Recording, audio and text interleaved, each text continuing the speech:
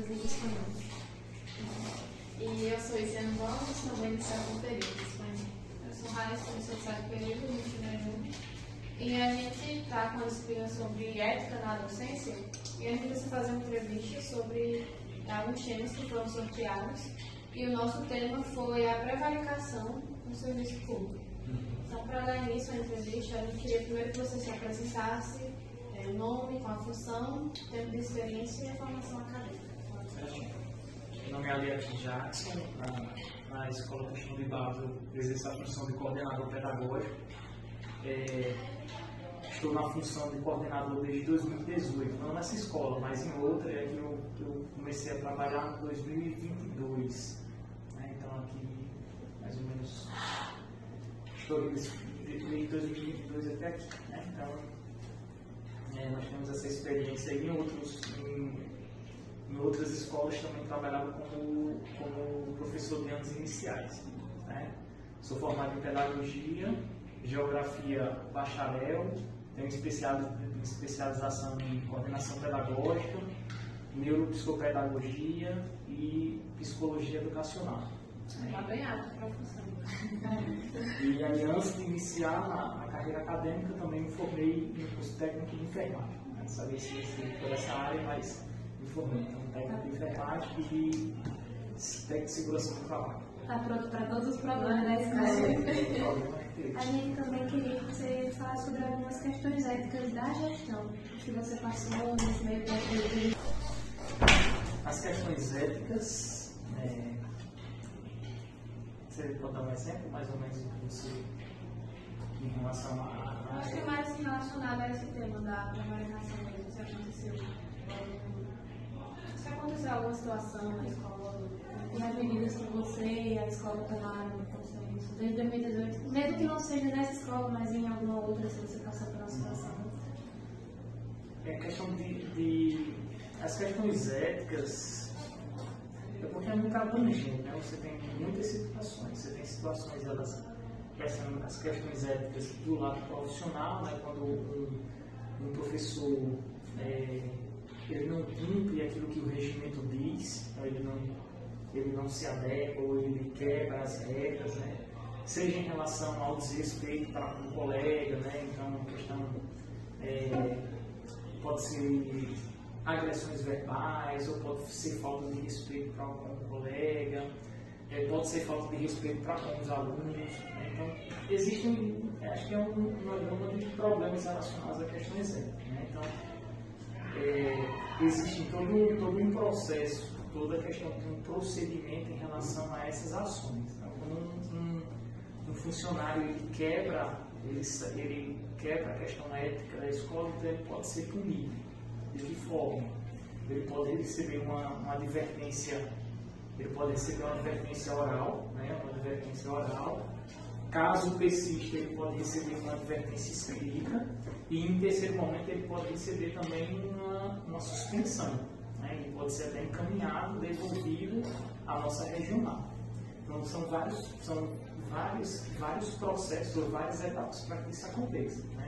E assim, para a escola ser respaldada, às vezes quando é grave demais, uma situação seja muito grave, nós levamos para o conselho, que é onde o conselho vai desenvolver, vai deliberar sobre aquela situação ou não. Então, quando leva para o conselho, se apresenta para todos os segmentos e entende que o conselho ele é representativo, ele representa todos os segmentos da escola. Então, a gente faz a exposição do caso e da situação, do que está acontecendo, e aí todos os membros vão deliberar se só a punição pode ser uma advertência ou pode ser uma devolução. Às vezes pode acontecer questão ética também, o professor ou funcionário não realize as suas funções. Às vezes, vou falar sobre o professor. Às vezes o professor tem aqui o trabalho dele, a função dele é dar aula. Então, muitas vezes pode ser que o professor venha e não dê essa aula. Por muito tempo ele fique postergando, fique fazendo de alguma forma que não desenvolva o conteúdo dele. E isso seja comprovado através de denúncias pelos alunos, através do conceito de classe que acontece esse conselho de classe já não é aquele formado pelos segmentos, é o conselho dos alunos, onde a direção vai na sala de aula e escuta, né, faz a escuta dos problemas. Então, diante do levantamento dos problemas da escola, pode ser que em vários conselhos os alunos citem esses problemas. Então, é uma prova contra o professor. E aí você vai para o Auxilieduc, que é o sistema onde o professor registra todo o conteúdo, todas as presenças, as frequências e as faltas dos alunos, para ver se o professor está ministrando nas aulas ou não. É uma forma de comprovar legalmente o que ele está fazendo em sala de aula. Então, você apurando todos esses casos e comprovando que o professor não esteja dando aula, né, não esteja exercendo sua função, isso é como eu falei no início, é só um exemplo, né, de um dos funcionários, do professor. E aí ele não tendo todas essas provas e não tendo como ele se justificar qual o motivo, né, ele vai ser levado ao conselho e vai ser encaminhado à direta. E aí, comprovando, abre-se uma sindicância e a sindicância vai comprovar. Se realmente comprovar, ele vai ter que devolver todo o dinheiro. Todo o dinheiro que ele ganhou durante todos esses meses ou todos esses anos. Então, caso é um estágio mais avançado. Mais avançado, né? Mas tudo se inicia pela escola, né? Abre a sindicância, ou seja, o processo de denúncia sai daqui da escola. Por isso que é muito delicada a posição da gestão, porque tudo passa pela gestão. E aí, de repente, você não pode prevaricar. Se não é o seu nome que está em jogo. Então, se de repente você trabalha numa escola e acontece um caso de assédio entre um funcionário e uma aluna, e vamos supor que o funcionário que exerceu esse assédio é seu amigo. Então, se você não faz nada, você vai estar prevaricando. Então, você não faz nada, esse problema, se vier à tona e houver a abertura de uma sindicância de outra maneira, sem ser através da gestão, seu nome está em jogo e você pode responder até judicialmente. Então, você nota uma diferença entre a prevaricação no serviço público e no serviço particular? Não, eu acho que é igual, né? Porque assim, como a gente está falando de ética, cada função ela tem a sua ética. Então, o professor ele tem sua ética, o porteiro tem a sua ética, todos que trabalham numa escola ou em qualquer instituição, eles têm ética. Então, a partir do momento que você não faz o que você deve fazer, você está quebrando esse ciclo, né? E aí, eu acredito que uma escola particular também tenha os processos, tenha os passos, né? Na escola estadual municipal, não, que tem as suas instâncias maiores. Uma escola particular, suponhamos que aconteça um caso de assédio. Então, vai ser levado para a coordenadora senta-se com a direção e a direção decide expulsar ou não, né, o funcionário. Aqui tem todo um processo. Leva-se para a gestão leva-se para a direct já vai abrir uma sindicância, quem vai decidir essa sindicância é um órgão que tem na Secretaria Estadual. Então, é todo um processo. Se for comprovado o fato, né, o fato for consumado, realmente for comprovado, o funcionário perde o seu cargo. E o senhor poderia citar um caso real vivenciado pelo senhor e como o senhor conseguiu solucionar esse caso? Eu acho que eu não... Assim, se você não viveu, o que você faria se chegasse a viver? Pode ser. Eu acho que a questão acho que seria um bom exemplo, né? A questão do assédio, né? É algo que está bem falado, né? A questão desse respeito, né? Que se deve ter.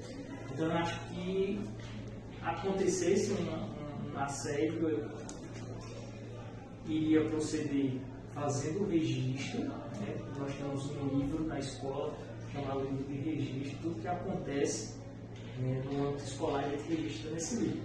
Então, assim, sendo grave, sendo comprovado, nós faríamos nós reportaríamos a nossa regional. Essa regional ela tem assessores que tomam conta da nossa escola, então nós chamaríamos a assessoria, faríamos a exposição do caso e ficaríamos à disposição para que ela decidisse, né? Então, como eles são os nossos órgãos superiores, a gente ficaria na eminência de executar o que eles...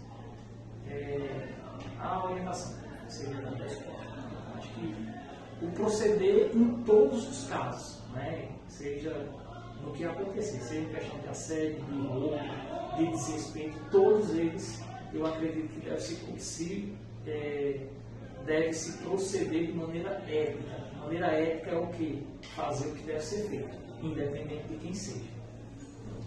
Você poderia passar, só para finalizar nossa entrevista, uma mensagem final sobre a questão da ética nesse assunto da prevenção? Eu penso que a ética,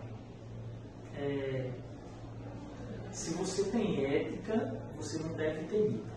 Né? Então, se você tem ética, porque assim, eu acredito que ética é muito fazer o que é correto. Então, se você é ético, se você é correto, não tem o que temer. Às vezes pode vir sindicância, pode vir alguma fiscalização, mas se você anda de maneira correta, não tem para que você temer. Então, assim, fazer o que é ético sempre. Obrigada pela Estamos à disposição.